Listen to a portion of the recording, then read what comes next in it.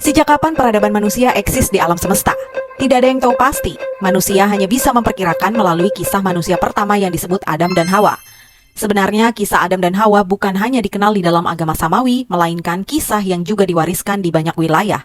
Sebut saja kisah Aks dan Embla dari mitologi Skandinavia sebagai sepasang manusia pertama yang diciptakan dari kayu pohon, seperti halnya Masya dan Masyana dari tradisi Zoroaster.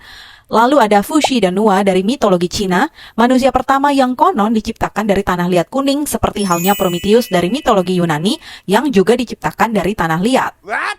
Dari tanah liat atau kayu pohon. Sebenarnya bagaimana manusia diciptakan? Selamat datang di Pikiranologi bersama saya si tukang mikir. Kebingungan manusia mencari tahu identitas leluhurnya sampai pada sebuah gagasan bahwa manusia berasal dari kera. Hal ini dikarenakan banyaknya penemuan arkeologi berupa kerangka kera serupa manusia jutaan tahun silam. Tentu saja ini mematahkan semangat Uskup Asyr pada abad ke-17 yang menyatakan penciptaan terjadi sekitar 3761 sebelum Masehi, yang artinya di zaman beliau disebutkan sekitar 6000 tahun silam. Namun, di tahun 1974, Harold Camping melalui bukunya yang berjudul Adam When, A Biblical Solution to the Timetable of Mankind, memberi gagasan baru bahwa manusia pertama di dalam agama Samawi yang bernama Adam diciptakan Tuhan pada 11.013 sebelum Masehi. Camping menggunakan metode yang disebut Karashem di dalam bahasa Ibrani yang artinya orang tua dan anak melalui genealogi yang tercantum dalam kitab Kejadian 5, Kejadian 11, dan Keluaran 6. Perhitungannya tidak rumit, hanya menggunakan hukum-hukum sederhana dalam matematika dan penafsiran beberapa kata kunci dalam bahasa Ibrani. Dari perhitungannya tersebut dihasilkan beberapa perkiraan, yaitu Adam diciptakan pada 11.013 sebelum Masehi, Nuh dilahirkan pada 5.590 sebelum Masehi, banjir besar terjadi pada 4.990 sebelum Masehi, dan Abram atau Abraham dilahirkan pada 2.167 sebelum Masehi. Meskipun demikian, metode Harold Camping tetap tidak memuaskan ilmuwan karena eksistensi manusia serupa kera atau kera serupa manusia dianggap berhubungan dengan makhluk yang kita sebut manusia saat ini. Kalaupun memang saling terkoneksi, kenapa seolah tidak ada perubahan lambat yang bertahap atau evolusi dalam genetik, tetapi seakan perubahannya terjadi sangat cepat atau revolusi dari kera menjadi manusia? Dan melalui proses itu tidak mungkin Homo Cro-Magnon yang diperkirakan hidup sekitar 40.000 sampai 10.000 tahun silam secara ajaib tiba-tiba menjadi makhluk seperti manusia saat ini. Bahkan kalau memang Adam dan Hawa adalah Homo Cro-Magnon, ini juga tidak mungkin karena Adam dan Hawa disebutkan justru jatuh dari surga ke alam manusia, sedangkan Homo Cro-Magnon sudah di alam manusia jauh sebelum Adam dan Hawa turun ke bumi. Karena antara sains dan agama seakan tidak sejalan, beberapa tahun silam teori Anunnaki menjadi sebuah alternatif dari kebingungan manusia dalam mencari jejak nenek moyangnya. 450.000 tahun silam, sekelompok alien diperkirakan datang dari rasi bintang Orion ke planet bumi. Hal itu dikarenakan piramida Giza memiliki kesejajaran dengan sabuk Orion yang melambangkan 3 raja, yaitu Al-Nitak, Al-Nilam, dan Mintaka, yang sebenarnya mengingatkan kita pada 3 putri Al-Ilah dalam tradisi pagan di Arab yang bernama Al-Lat, Al-Uzza, dan Manat. Tapi mungkin itu nanti kita akan bahas dalam video pikiranologi yang lain. Kembali ke Anunnaki yang diperkirakan sebagai alien atau mungkin Tuhan pencipta manusia, sebenarnya teori ini didukung oleh fakta arkeologi penemuan prasasti yang ditulis pada masa pemerintahan Gwedea, seorang penguasa di negara bagian Lagash di Mesopotamia Selatan. Penggunaan kata Anunnaki dalam teks-teks paling awal diberikan pada dewa-dewa yang paling kuat dan penting dalam jajaran dewa Sumeria, yaitu keturunan dewa langit bernama An. Kelompok dewa ini mungkin termasuk 7 dewa yang memerintah, yaitu An, Enlil, Enki, Ninhursag, Nana, Utu, dan Inanna. Meskipun penggambaran Anunnaki sendiri tidak jelas sebagai dewa, alien, atau Tuhan, dalam epos Atrahasis di periode Akkadia akhir menyebutkan bahwa Igigi yang merupakan generasi ke-6 dari para dewa dipaksa melakukan pekerjaan untuk Anunnaki, atau bisa dibilang mereka adalah asisten Anunnaki. Setelah 40 hari Igigi memberontak, Enki, salah satu Anunnaki, memiliki ide untuk menciptakan manusia demi menggantikan tugas Igigi. Manusia diciptakan dari tubuh jasmani Gestue atau Ilawela, dewa tingkat rendah yang berhubungan dengan kecerdasan, yang sengaja dibunuh sebagai kurban, kemudian dari daging dan darahnya dicampur oleh tanah liat yang dibentuk oleh Ninhursag atau Nintu atau Belet Ili, yang merupakan salah satu dari Anunnaki. Dari bentukan ini menjadi 7 pasang manusia pertama dan populasinya meningkat secara signifikan. Enlil yang juga salah satu Anunnaki menjadi tidak senang karena tidurnya terganggu oleh kebisingan manusia dan akhirnya mengirimkan banjir bandang. Hal ini didukung dalam epos Gilgamesh yang juga berasal dari periode Akkadia sekitar 1200 sebelum Masehi. Meskipun nama tokoh yang selamat dari banjir besar bukanlah Atrahasis, melainkan Utnapishtim, namun ini adalah kisah banjir besar yang sama. Banjir besar yang sama disebutkan di dalam agama Abrahamik melalui kisah Nabi Nuh atau kisah Manu, leluhur ras manusia dalam tradisi Bharatkhanda atau India kuno yang dijelaskan di Matsya Purana. Melalui kisah Anunnaki inilah kemudian muncul teori yang mengatakan kalau kera yang merupakan primata asli bumi menjadi bahan percobaan penciptaan dari para alien, dewa, atau mungkin Tuhan. Mereka menciptakan manusia dengan tujuan untuk bekerja dan mengabdi kepada mereka. Kalau memang demikian, maka missing link yang selama ini dicari oleh para saintis untuk menjawab perubahan cepat kera menjadi manusia modern akhirnya terjawab sudah. Perubahan cepat itu akibat kontribusi teknologi yang dimiliki oleh makhluk yang lebih canggih dari kita yang diperkirakan adalah Anunnaki.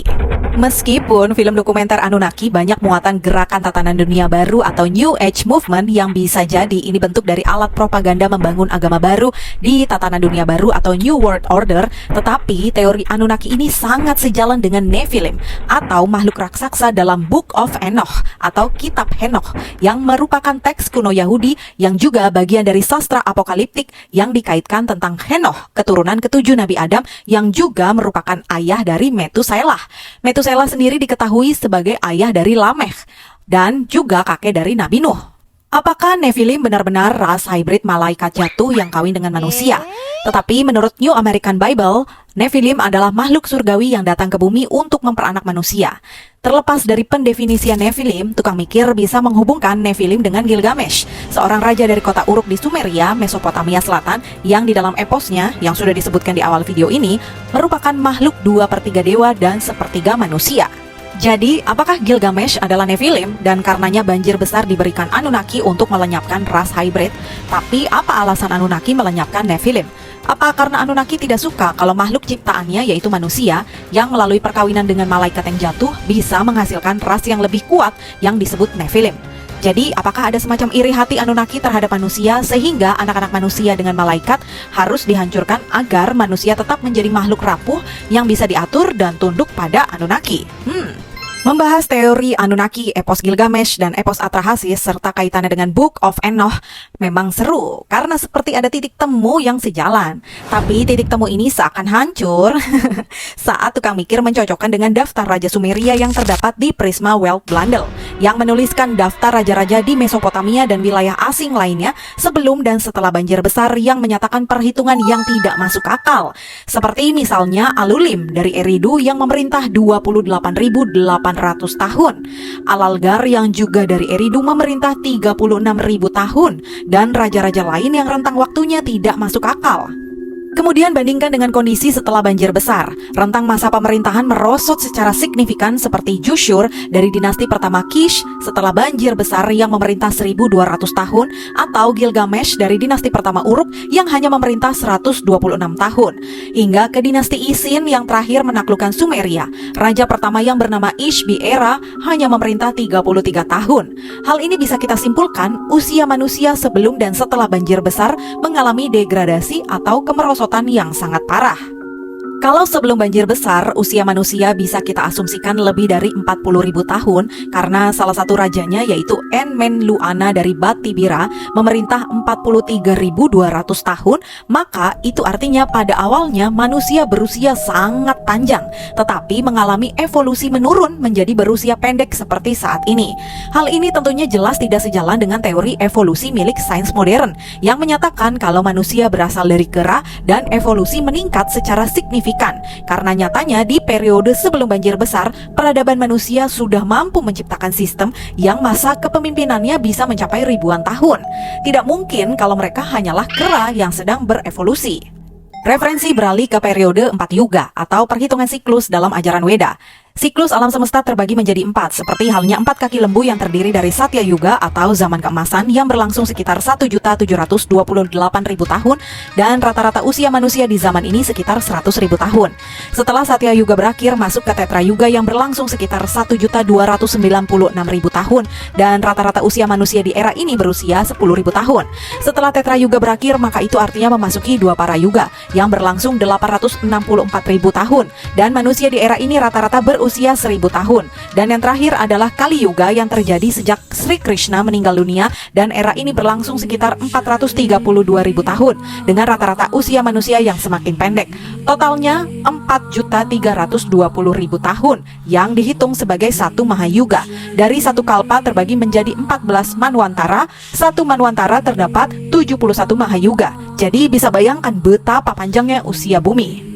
Setiap satu manwantara terdapat satu manu atau leluhur manusia, atau bisa dikatakan sebagai manusia pertama di manwantara tersebut.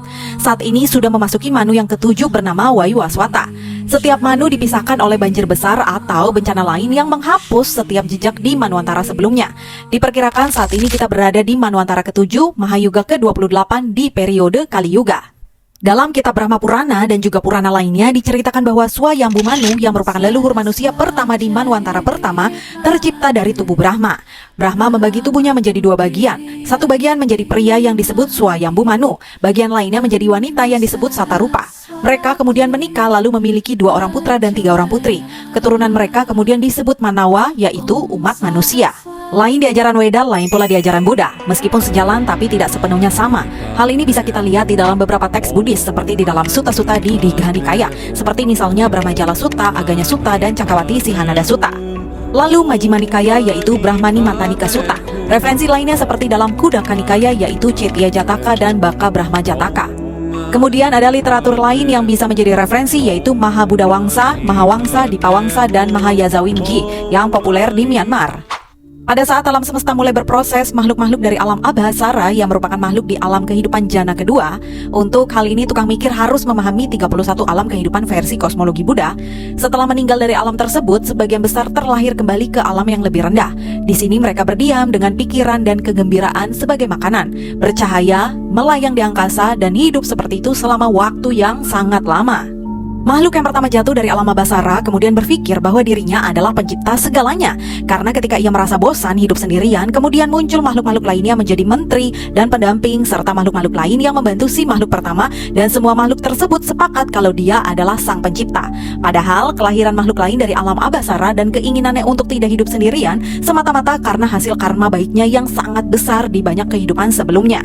Setelah melalui waktu yang luar biasa panjang, kemudian banyak makhluk mulai turun dan menikmati kehidupan yang tanpa celah. Pada saat itu alam semesta hanya berupa air dan diselimuti kegelapan. Kegelapan yang membutakan, tidak ada bulan dan tidak ada matahari yang muncul. Tidak ada bintang, siang dan malam tidak dapat dibedakan, dan tidak ada laki-laki dan perempuan. Makhluk-makhluk hanya dikenal sebagai makhluk-makhluk. Kemudian setelah waktu yang panjang, tanah muncul karena kondisi-kondisi yang menunjang seperti adanya keinginan makhluk untuk menjelma atau berwujud.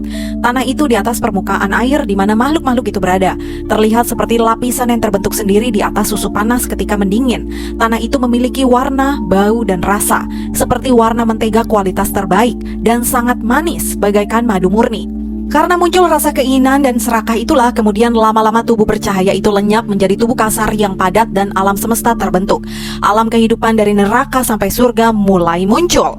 Berdasarkan kualitas keserakahan, kebencian, dan kebodohan yang membentuk alam kehidupan atau ruang dimensi makhluk-makhluk, dan makhluk-makhluk yang disebut manusia membentuk suatu komunitas. Dan karena pencurian sudah mulai muncul, maka para penduduk menunjuk satu orang yang dianggap paling berani dan paling bijaksana dengan gelar Mahasamata. Pada zaman tersebut, usia manusia masih asangkea, alias tidak terhitung saking lamanya. Saat itu, manusia juga masih memiliki pengetahuan batin dan kesaktian. Mahasamata memiliki 4 hal, yaitu ia dapat berjalan dan melayang di angkasa, memiliki 4 makhluk dewata di 4 penjuru yang memiliki pedang untuk menjaganya. Badannya mengeluarkan aroma wangi kayu cendana, mulutnya mengeluarkan aroma wangi bunga teratai. Mahasamata juga merupakan leluhur dari Raja Dunia atau Raja Cakkawati yang lahir di zaman keemasan saat usia rata-rata manusia mencapai 100.000 tahun. Sampai hari ini tercatat sudah terdapat 11 Mahasamata dengan jumlah Raja Dunia yang jumlahnya tidak terhitung banyaknya. Jika dilihat dari kacamata Weda, mungkin bisa disimpulkan kalau Mahasamata ini seperti halnya Manu yang muncul pada saat awal Manwantara. Kesimpulannya, apakah manusia pertama adalah kera yang berevolusi menjadi Homo Cro-Magnon, kemudian dimodifikasi oleh Anunnaki? Atau manusia pertama adalah Adam dan Hawa yang dibentuk dari tanah liat oleh Anunnaki, dewa, Tuhan, atau apapun namanya? Menghadapi dualitas gagasan, si tukang mikir justru lebih memilih jalan tengah, yaitu konseptual Buddha yang menyebutkan manusia tercipta karena kondisi-kondisi dan keinginannya sendiri. Kenapa gitu? Karena dengan kita memahami bahwa keberadaan kita karena keserakahan, kebencian, dan kebodohan kita sendiri, maka kita akan mulai bertanggung jawab pada hidup kita dan mulai membebaskan diri dari sistem perbudakan yang didesain sejak lama untuk membuat kita tunduk dan taat perintah.